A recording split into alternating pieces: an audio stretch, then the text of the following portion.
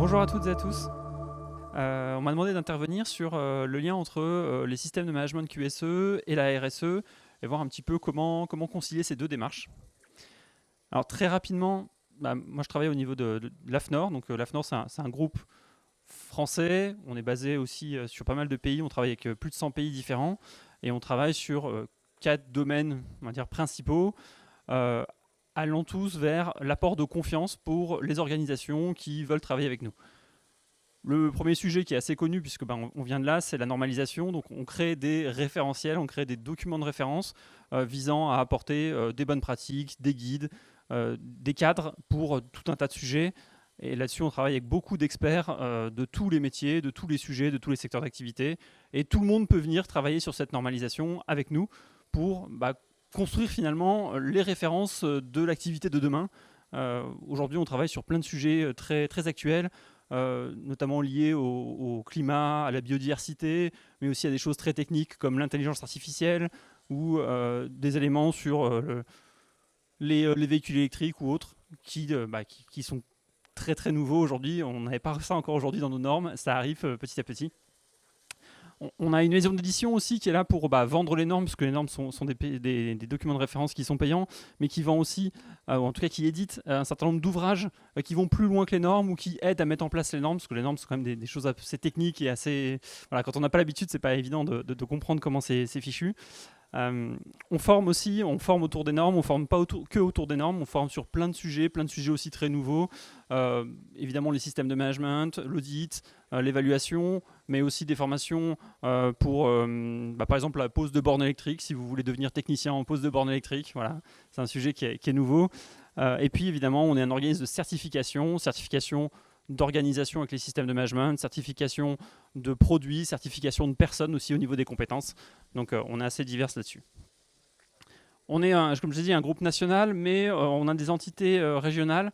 Donc ici, j'en présente deux particulièrement. Donc la région aussi, où on est ici, Bourgogne-Franche-Comté, donc qui est située, on a juste un bureau qui est pas très loin d'ici, avec ma collègue qui travaille. Moi, je dis ma collègue parce que moi, je suis de Lyon. Je fais partie de la petite équipe de Lyon. On est là pour vous accueillir. On est là aussi pour participer à des salons, des événements comme ça au niveau des régions. Et on est là aussi pour tisser des partenariats avec tous les acteurs économiques de la région et un petit peu prêcher la bonne parole finalement de l'utilisation des normes, des systèmes de management auprès de l'ensemble des organisations qui en auraient besoin.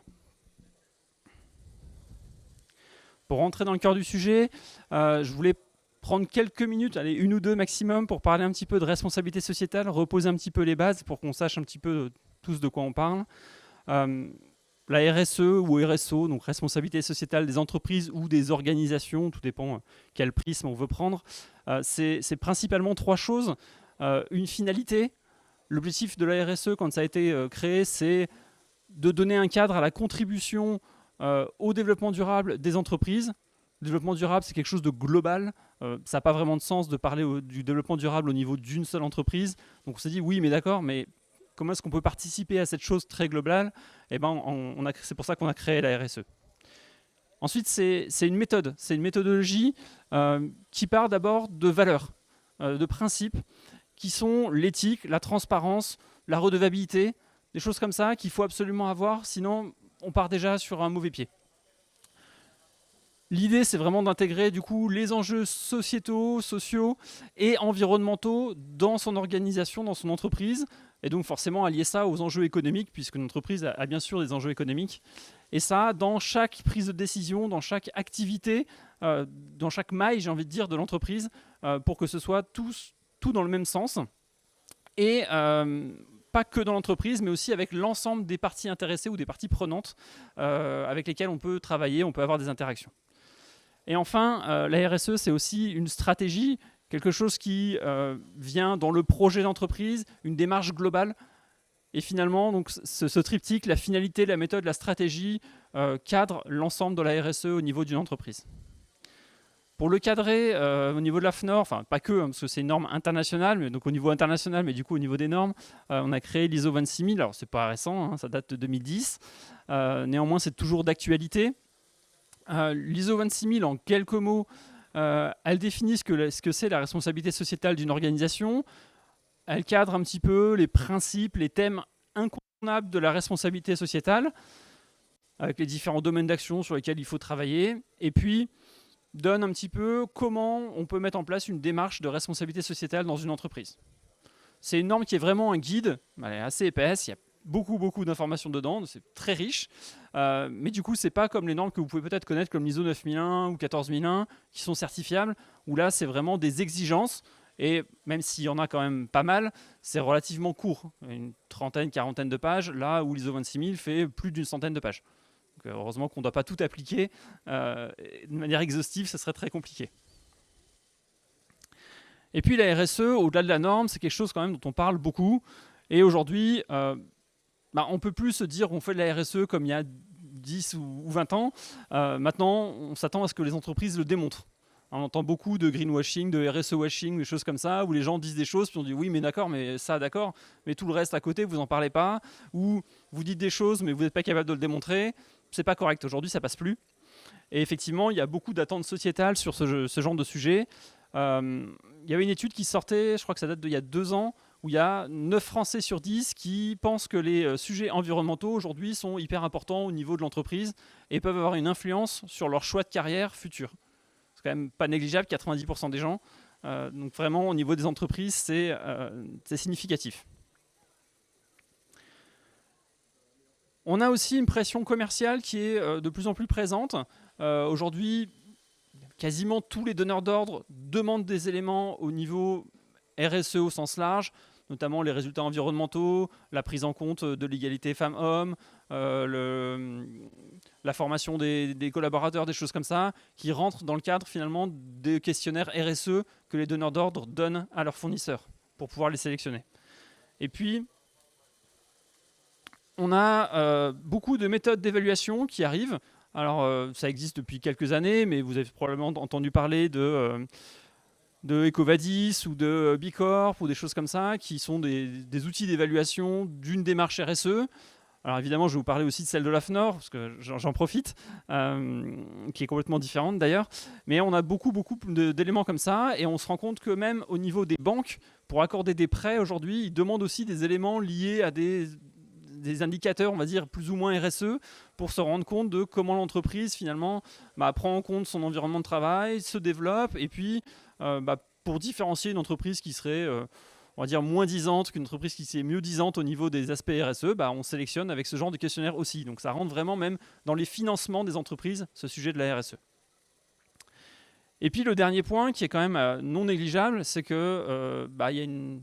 Alors, je ne sais pas si c'est une vague réglementaire, parce que c'est quand même relativement diffus sur plusieurs années, mais on a un certain nombre de réglementations, que ce soit françaises ou européennes, qui commencent à prendre en compte les aspects RSE aussi dans leur sujet.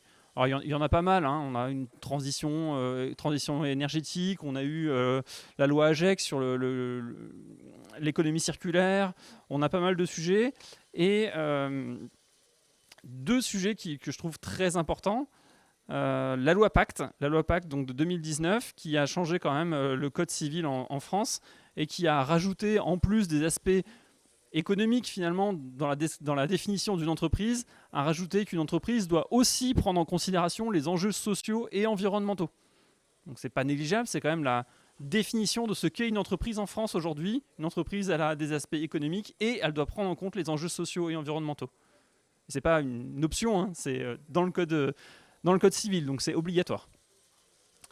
Et puis évidemment, la loi Pacte a aussi créé la possibilité de se définir comme étant société à mission, et donc de définir un statut différent des entreprises habituelles qui sont là, entre guillemets, pour faire du bénéfice, de pouvoir potentiellement orienter son entreprise vers d'autres objectifs, et notamment des objectifs sociaux ou environnementaux.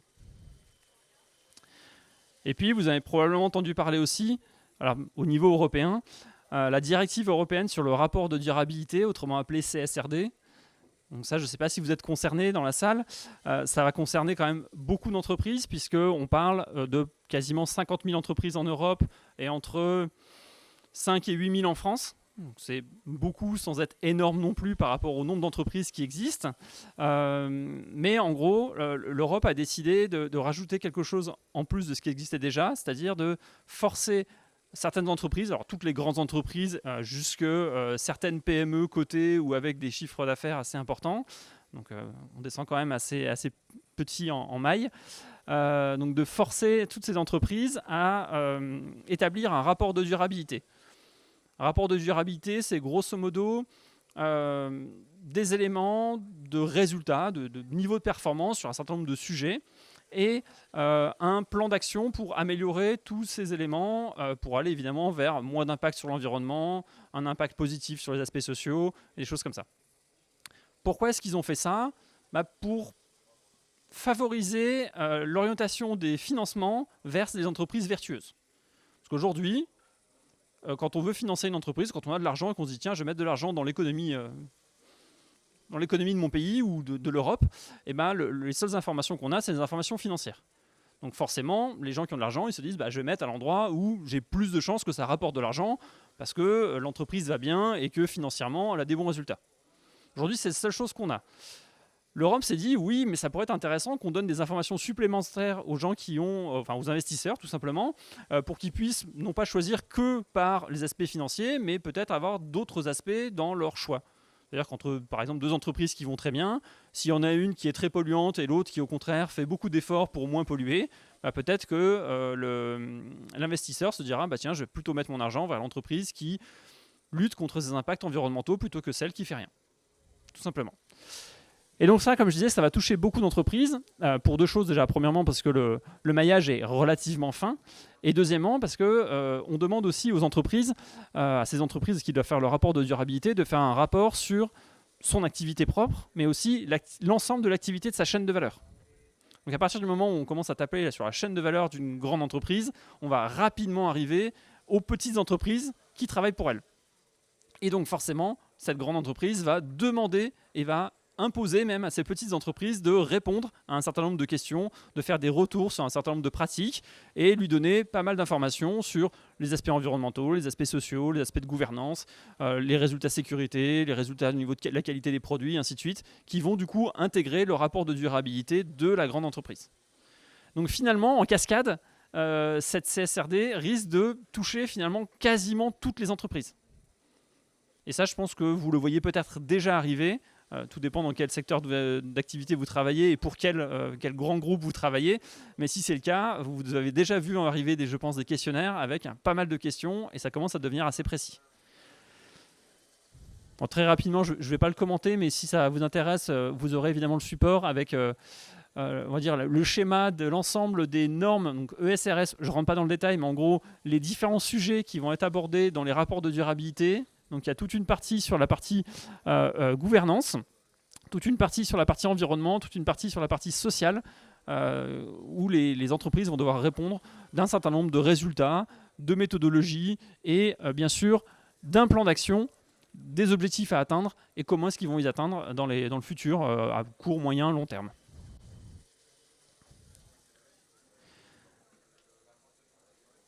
L'avantage aujourd'hui, c'est que grâce à l'ISO 26000 qui est sorti en 2010, on a déjà un cadre qui finalement prend à peu près le même cadre que la CSRD. Donc finalement, travailler sur l'ISO 26000 et donc la mise en place d'une démarche RSE dans une entreprise, ça aide aussi à répondre à des problématiques réglementaires comme le reporting de durabilité. Enfin, je vous disais qu'il existait des méthodes d'évaluation de la responsabilité sociétale. Celui qu'on propose à l'AFNOR s'appelle le label engagé RSE. Alors il a quelques particularités. Déjà, premièrement, évidemment, il est fondé sur l'ISO 26000. Il est même largement inspiré de l'ISO 26000.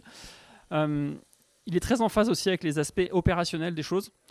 D'ailleurs, ce label, il est délivré uniquement après une évaluation sur site. Donc systématiquement, il y a un évaluateur qui va chez l'entreprise pour vérifier le bon fondé de ces déclarations, pour vérifier comment ça se passe avec les différents interlocuteurs, les salariés, les collaborateurs, les managers, voire même les parties prenantes, pour évaluer la réalité opérationnelle de cette démarche de responsabilité sociétale. Ça, c'est quelque chose qui est relativement spécifique. Il y a beaucoup d'autres évaluations qui se font sur du déclaratif. Là, c'est vraiment le résultat d'une évaluation terrain. Ce label engagé RSE, il est en lien avec pas mal de choses. On l'a mis en lien avec les ODD, les objectifs de développement durable, qui découle de l'agenda du 2030 de l'ONU.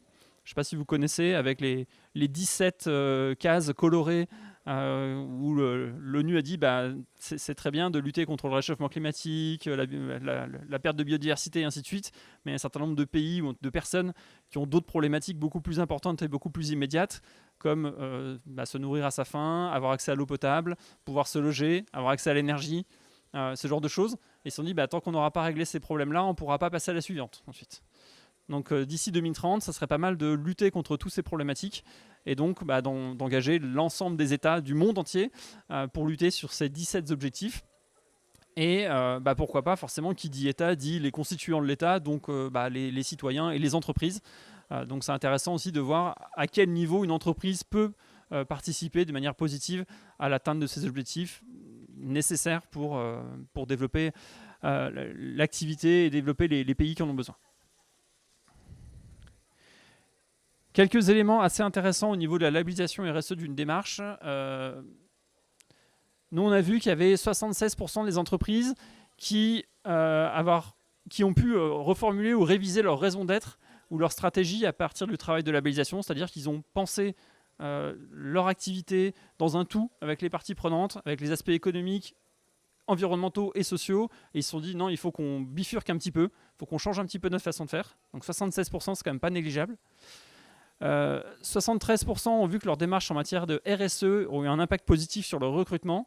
Aujourd'hui et depuis quand même quelques années, les recrutements, c'est quand même une problématique majeure sur la plupart des entreprises, notamment industrielles. 63% qui voient un impact positif grâce à la RSE. Je trouve que c'est aussi assez intéressant à noter. Et puis, 70% des entreprises qui sont passées par le label Engagé RSE déclarent que la démarche RSE a permis d'améliorer leur performance financière. Donc on a aussi des aspects financiers positifs qui découlent d'une démarche RSE.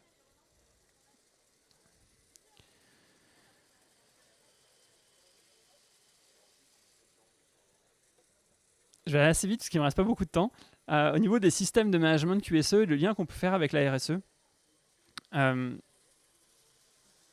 stat aussi qu'on a vue au niveau de nos évaluations, c'est que 100% des gens qui ont eu le label Engagé RSE et qui avaient déjà une certification, qualité sécurité environnement, des choses comme ça, les classiques avec l'ISO 9001, 14001, 45001, trouvent que c'est largement plus facile de s'appuyer sur leur système de management pour déployer une démarche RSE et donc avoir le label Engagé RSE. Une petite information, probablement que vous ne connaissez pas, c'est qu'il existe une norme aujourd'hui, alors c'est une norme française, une norme expérimentale, alors un petit nom un petit peu farfelu, XPX 30036, voilà, c'est comme ça, et qui s'intitule « Guide sur l'intégration de la responsabilité sociétale basée sur l'ISO 26000 dans un système de management ».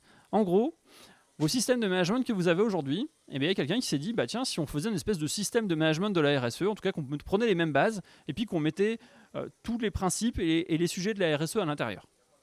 Et finalement, ils ont créé du coup cette norme expérimentale qui est assez intéressante et qui calque finalement ce qu'est un système de management avec ce qu'on attend de la RSE et qui du coup vous cadre un petit peu fait le lien finalement, le pendant entre les systèmes de management qu'on a assez l'habitude d'avoir dans les entreprises et les démarches RSE.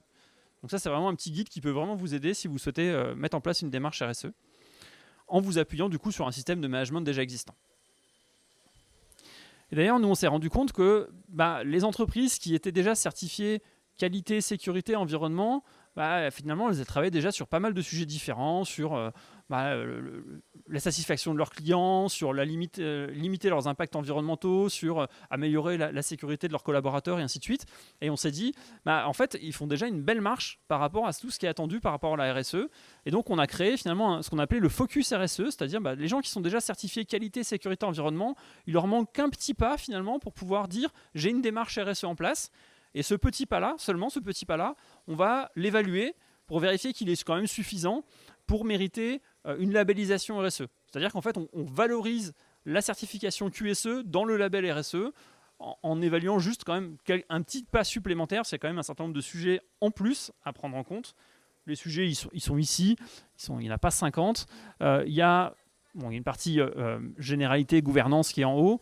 Après, il y a une partie prise en compte de la stratégie dans les processus. Une petite partie ressources humaines un peu plus importante que ce qui est demandé dans la partie QSE. Des éléments sur les achats responsables, sur l'innovation, l'ancrage local, et puis un petit suivi de la performance RSE sur ces éléments qu'on vient de voir. Et ça peut se faire en une journée finalement pour compléter une certification QSE et montrer que finalement on a aussi une démarche RSE sans forcément repartir de zéro. C'est-à-dire vraiment on profite de notre système de management QSE pour aussi dire, bah oui, on fait aussi de la RSE, on n'est pas que orienté qualité, sécurité, environnement, mais on a aussi une vision globale et une vision stratégique RSE. Et puis de plus en plus, ça découle d'une étude qualité, enfin une étude qualité au sens très large, hein, qualité, sécurité, environnement, RSE, enfin un petit peu tous les sujets d'organisation de l'entreprise. Donc on a fait une étude il y a 1 an, et on s'est rendu compte que les répondants disaient que la qualité au sens large, donc l'organisation de l'entreprise, améliore l'impact sociétal de leurs activités et donc est vraiment le socle utilisé par les entreprises pour pour améliorer leur impact sociétal. Voilà, il y a un certain nombre de statistiques que je vous ferai passer, mais qui sont relativement pertinentes sur ces différents éléments-là. Et on se rend compte que même si on parle des fonctions QSE dans les entreprises, souvent c'est les fonctions QSE des entreprises qui prennent aussi en plus ce sujet RSE dans leurs tâches et leurs missions quotidiennes.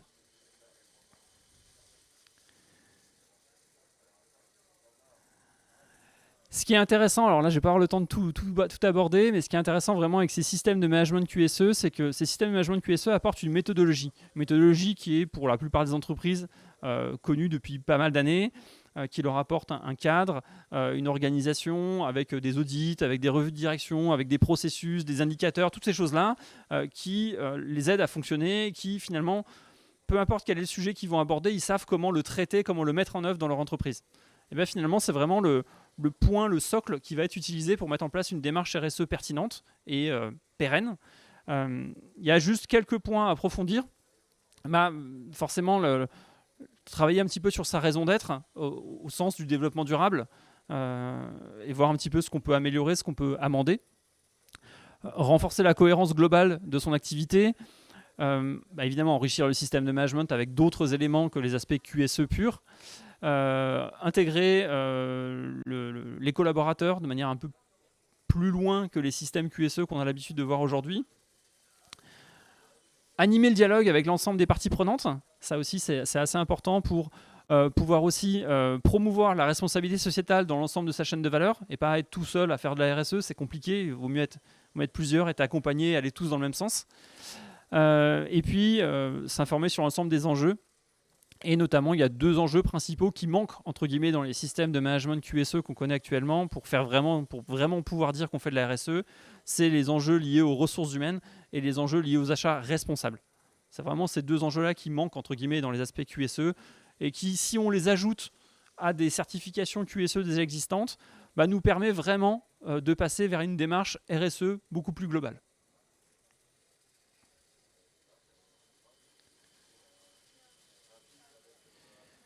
Et finalement, on s'est amusé à faire une petite cartographie de ce qu'est la RSE. Alors là, au milieu, c'est vraiment la RSE avec ce qu'on appelle les 7 questions centrales, donc les 7 sujets clés de la RSE.